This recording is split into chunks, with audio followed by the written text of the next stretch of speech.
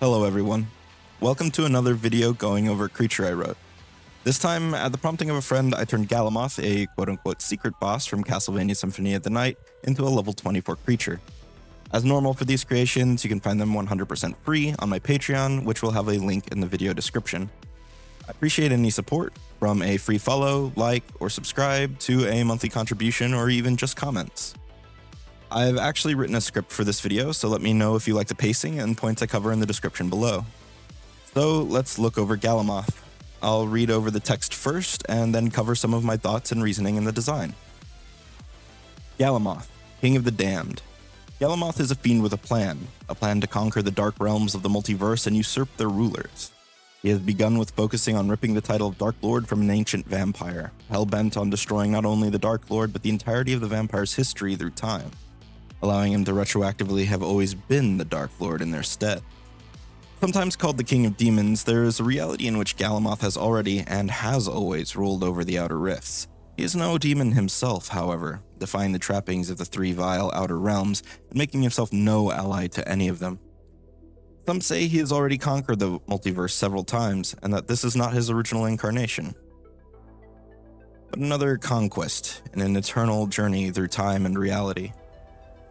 His scepter allows him to control some of the power of death and fate, drawing his foes closer to death on a metaphysical level. His weapons are forged from living storms made material, a feat said to be possible through the fear he instilled in the storms themselves, such that they formed to his whim. Galamoth, Creature 24. Unique, Gargantuan, Fiend, Unholy. Perception, plus 41. Dark Vision. Languages, Chthonian, Daemonic, Diabolic, Emprian, Necral, Protean, Requiem, and Utopian. He also has True Speech and Telepathy with a range of 100 feet. He has Athletics at plus 45, Deception at plus 43, Diplomacy at plus 43, Intimidation at plus 45, and Religion at plus 40. He has pretty good stats all around, as you might expect a level 24 creature to have, with a Strength of 12, Dex of 9, Con of 12, Int of 9, Wiz of 10, and Charisma of 10. He has two items, the Lightning Disc and the Scepter of Fiendish Kings. The Lightning Disc functions as a high-grade silver plus 3 major striking, greater shock, greater thundering Feng Hulan, also known as, I believe, a Wind and Fire Blade. And the Scepter of Fiendish Kings functions as a plus 3 major striking, greater thundering, greater impactful mace. Which is why you make the item names shorter, because the technical name can get quite long. And this will play into stuff later. He has a pretty mediocre AC for his level at 50, has high fortitude at 42, bad reflex at 36, and a decent will at 39. Really high hit points at 624, immunities to electricity, and has a special immunity called Time Immunity. Has a resistance to all damage 20 except for Force, Holy, or Spirit, and it is halved versus Precision, which we'll get to in Precision Vulnerability. Weaknesses, Holy 20. As Precision Vulnerability, Galamoth's defenses are imperfect. Precision damage ignores half of Galamoth's resistance to the damage it modifies. This is just for clarity, so that it's not, oh, does only the extra precision damage get half resistance, or is it the entirety? He has Reactive Strike and Time Immunity. Galamoth is a being beyond time and is unaffected by effects that would stop, slow, or otherwise detrimentally affect time for him, such as freeze time and slow. When a creature in Galamoth's vicinity would gain additional actions from an effect such as freeze time, he also gains those actions, acting in turn with the creature in question, taking his set of actions after each set of the other creature's actions. If the effect prevents a creature from harming other creatures directly, the affected creature and Galamoth can harm each other directly until the effect ends. He has a speed of 30 feet.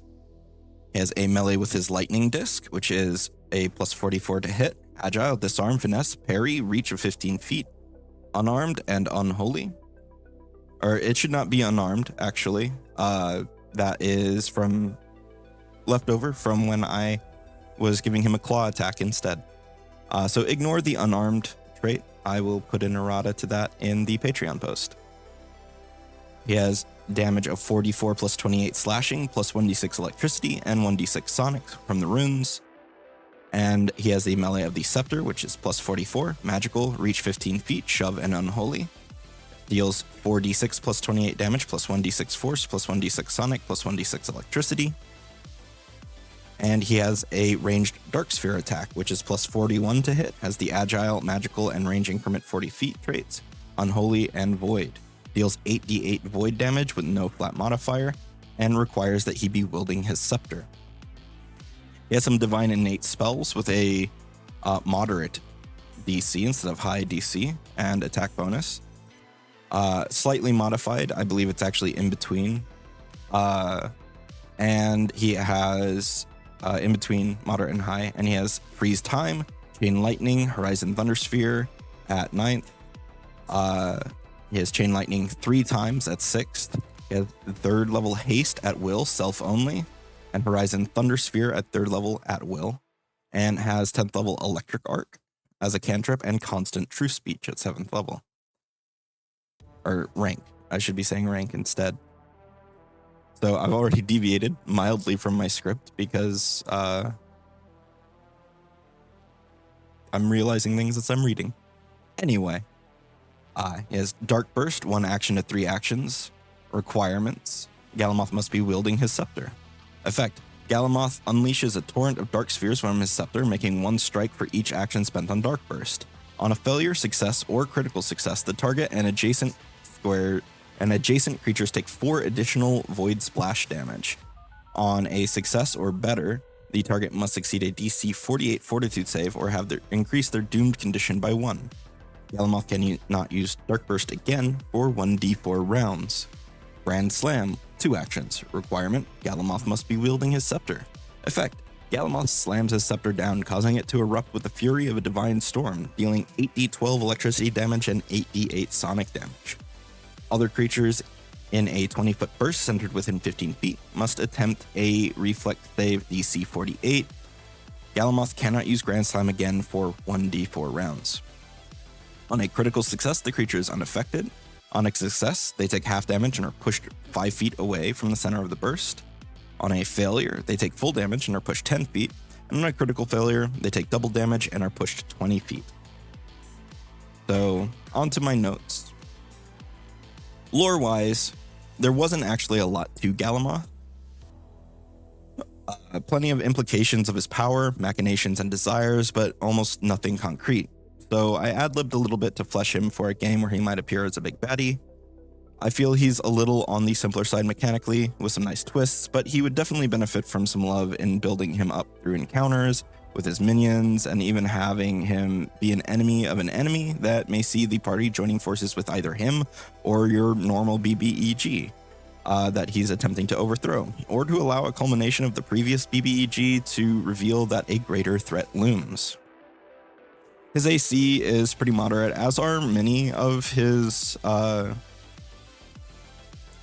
numerical values. I don't have anything extreme on him. However, his relatively low AC for his level, or his moderate AC for his level, is counterbalanced by his high resistances and HP. He doesn't have any extreme values, partially because he is a level 24 creature. He's always already going to be just so powerful compared to the party, even if they're level 20. And he's still going to pose a significant threat. And this is also another reason why his hit points and resistances are so high. His dexterity is his weakest defense, or his reflex. His reflex is his lowest defense, represented by his relative immobility in the video game.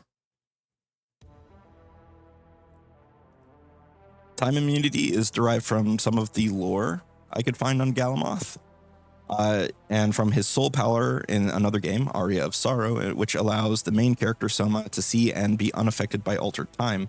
It's a bit wordy, but basically boils down to him not being directly susceptible to detrimental time effects, and even benefiting from other creatures casting freeze time, in which the two are able to directly affect one another in contrast to the spell's description.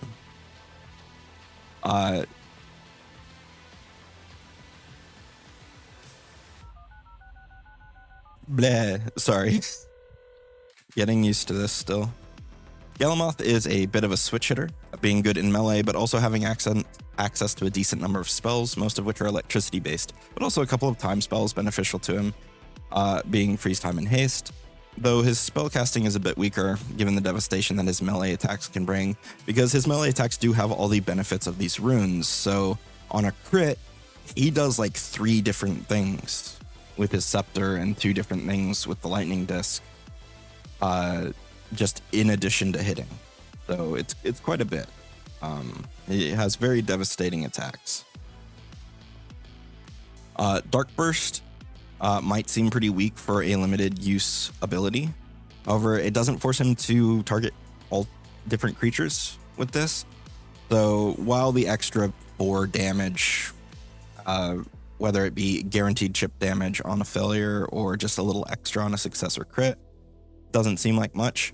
The fact that he can potentially take you from doomed 1 or from doomed 0 to doomed 3 in a single round is extremely dangerous, because for most characters that means if you go down you die.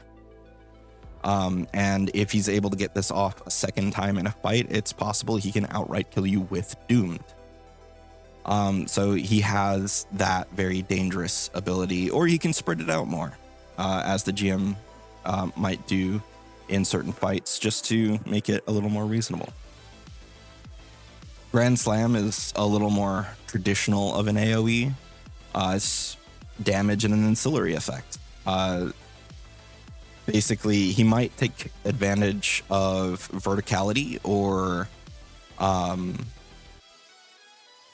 he might take advantage of verticality or hazardous terrain in the battlefield by pushing enemies into it by using Grand Slam. And another thing is that several of his abilities are reliant on him wielding his scepter. In fact, Dark Burst, Grand Slam, and his Dark Sphere ability all require him to be holding the scepter. So if you can get up to being big enough and disarm him, you can weaken him considerably doing so, which will make the party feel good.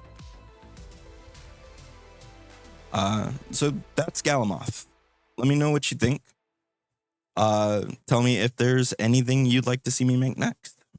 You can usually find me doing some sort of Pathfinder 2e work on Twitch, Tuesday through Sunday. I've got a link in the description. And thank you for tuning in.